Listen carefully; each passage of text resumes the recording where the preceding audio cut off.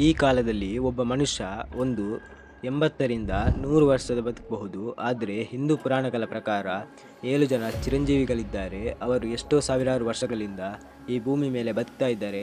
And ಅವರು ಇನ್ನೂ ಸಾವಿರಾರು ವರ್ಷ ಕೂಡ ಬದುಕ್ತಾರೆ. ಅವರಿಗೆ ಸಾವು ಅನ್ನೋದು ಇರೋದಿಲ್ಲ. ಆ 7 ಜನ ಚಿರಂಜೀವಿಗಳು ಯಾರಂದರೆ, ಮೊದಲನೆಯದು ಹನುಮಂತ, ಎರಡನೆಯದು ಅಶ್ವತ್ಥಾಮ, ಮೂರನೆಯದು ಪರಶುರಾಮ, ನಾಲ್ಕನೆಯದು ಮಹಾರಾಜ ಮಹಾಬಲಿ, ಐದನೆಯದು ವಿಭೀಷಣ, ಆರನೆಯದು ಕೃಪಾಚಾರ್ಯ ಆ್ಯಂಡ್ ಏಳನೆಯದು ವ್ಯಾಸ ಮಹರ್ಷಿಗಳು. ಅದರಲ್ಲಿ ನಾವು ಇದೀಗ ಅಶ್ವತ್ಥಾಮನ ನಿಗೂಢ ರಹಸ್ಯದ ಸ್ಟೋರಿನ ನಾವು ಇವತ್ತು ನೋಡೋಣ. ಹಾಯ್ ಗಾಯ್ಸ್, ಧ್ಯಾನೇಶ್ ಕೋಟ್ಯಾನ್ ಯೂಟ್ಯೂಬ್ ಚಾನಲ್ಗೆ ಸ್ವಾಗತ. ಬನ್ನಿ ಈ ಅಶ್ವತ್ಥಾಮನ ಮಿಸ್ಟ್ರಿ ಸ್ಟೋರಿನ ಇವತ್ತು ತಿಳಿಯೋಣ. Let's go. ಒಂದು ದಿನ ಗುರು ದ್ರೋಣಾಚಾರ್ಯನಿಗೆ ನನಗೆ ಒಬ್ಬ ಮಗ ಬೇಕು ಅನಿಸುತ್ತೆ, ಮತ್ತು ನನ್ನ ಮಗ ಲಾರ್ಡ್ ಶಿವ ರೀತಿ ಇರಬೇಕು ಅನ್ನೋ ಒಂದು ದೊಡ್ಡ ಆಸೆ ಇರುತ್ತೆ. ಹಾಗಾಗಿ ಸುಮಾರು ದಿನಗಳವರೆಗೆ ಶಿವನ ತಪಸ್ಸು ಮಾಡ್ತಾರೆ. ದ್ರೋಣಾಚಾರ್ಯನಿಗೆ ಇಂಪ್ರೆಸ್ ಆದ ಲಾರ್ಡ್ ಶಿವ ಅವರಿಗೆ ಒಂದು ಗಂಡು ಮಗುವನ್ನು ಕೊಡ್ತಾರೆ. ಆ ಮಗು ಹಣೆ ಮೇಲೆ ಒಂದು ಮಣಿ ಇರುತ್ತೆ. ಆ ಮಣಿಯಿಂದಲೇ ಸ್ಪೆಷಲ್ ಪವರ್ಸ್ಗಳು ಎಲ್ಲ ಸಿಗ್ತಾ ಇತ್ತು. ಆ ಪವರ್ಸ್ ಏನಂದರೆ, ಹಸುವಿನಿಂದ ಕಂಟ್ರೋಲ್ ಇರುತ್ತೆ. ಎಷ್ಟು ದಿನ ಬೇಕಾದರೂ ಹಸುವಿನ ಕಂಟ್ರೋಲ್ ಮಾಡುವ ಶಕ್ತಿ ಇತ್ತು. ಮತ್ತು ಯಾವುದೇ ನೆಗೆಟಿವ್ ಎನರ್ಜಿಗಳು ಕೂಡ ಹತ್ರನೂ ಬರಲ್ಲ.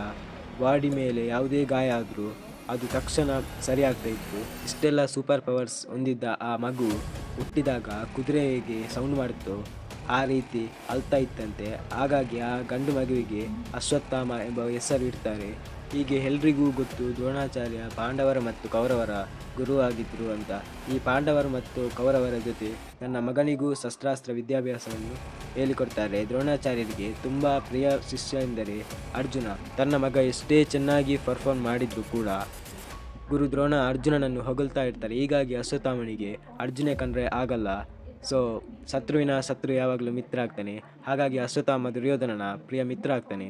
ಹೀಗೆ ಇವರು ಸೇರಿ ಕುರುಕ್ಷೇತ್ರ ಯುದ್ಧದಲ್ಲಿ ದ್ರೋಣಾಚಾರ್ಯ ಸಾವನ್ನಪ್ತಾರೆ, ಮತ್ತು ದುರ್ಯೋಧನ ಕೂಡ ಸಾಯ್ತಾನೆ. ನಂತರ ಇದರ ಸೇಡಿನಿಂದ ಅಶ್ವತ್ಥಾಮ ಪಾಂಡವನ ಮನೆಗೆ ನುಗ್ಗಿ ಪಾಂಡವರ ಮಕ್ಕಳನ್ನು ಸಾಯಿಸ್ತಾನೆ. ಇದರಿಂದ ಪಾಂಡವರು ಅಶ್ವತ್ಥಾಮನನ್ನು ಸಾಯಿಸಲಿಕ್ಕೆ ಅಂತ ಬರ್ತಾರೆ. ಅಶ್ವತ್ಥಾಮ ಮತ್ತೆ ಪಾಂಡವರು ಬ್ರಹ್ಮಾಸ್ತ್ರವನ್ನು ಉಪಯೋಗಿಸುತ್ತಾರೆ. ಇದನ್ನು ನೋಡಿದ ವ್ಯಾಸ ಋಷಿಗಳು ಬಂದು ಇದನ್ನು ತಡಿತಾರೆ. ಆದರೆ ಅರ್ಜುನ ಬ್ರಹ್ಮಾಸ್ತ್ರವನ್ನು ಹಿಂದಕ್ಕೆ ತೆಗೋತಾರೆ. ಆದರೆ ಅಶ್ವತ್ಥಾಮನಿಗೆ ಆ ಬ್ರಹ್ಮಾಸ್ತ್ರ ಯೂಸ್ ಮಾಡೋಕ್ಕೆ ಗೊತ್ತಿರುತ್ತೆ, ಆದರೆ ಹಿಂದಕ್ಕೆ ಪಡೆದುಕೊಳ್ಳುವುದು ಹೇಗೆ ಅಂತ ಗೊತ್ತಿರಲ್ಲ. ಆವಾಗ ಅಶ್ವತ್ಥಾಮ ಅಭಿಮನ್ಯುವಿನ ಹೆಂಡತಿ ಹೊಟ್ಟೆಯಲ್ಲಿದ್ದ ಮಗುವಿಗೆ ಆ ಬ್ರಹ್ಮಾಸ್ತ್ರವನ್ನು ಬಿಡ್ತಾನೆ. ಆದರೆ ಶ್ರೀಕೃಷ್ಣನ ಲೀಲೆಯಿಂದ ಆ ಮಗುವನ್ನು ಬದುಕಿಸುತ್ತಾರೆ. ಅಶ್ವತ್ಥಾಮ ಮಾಡಿದ ಈ ಕರ್ಮಕ್ಕೆ ಶ್ರೀಕೃಷ್ಣ ಅಶ್ವತ್ಥಾಮನ ಹಣೆ ಮೇಲೆ ಇದ್ದ ಆ ಮಣಿನ ಕಿತ್ಕೊಂಡ್ರು. ಆಗ ಆ ಮಣಿ ಕಿತ್ಕೊಂಡ ಅಶ್ವತ್ಥಾಮನ ಹಣೆ ಹತ್ರ ಒಂದು ದೊಡ್ಡ ಗಾಯ ಆಗುತ್ತೆ.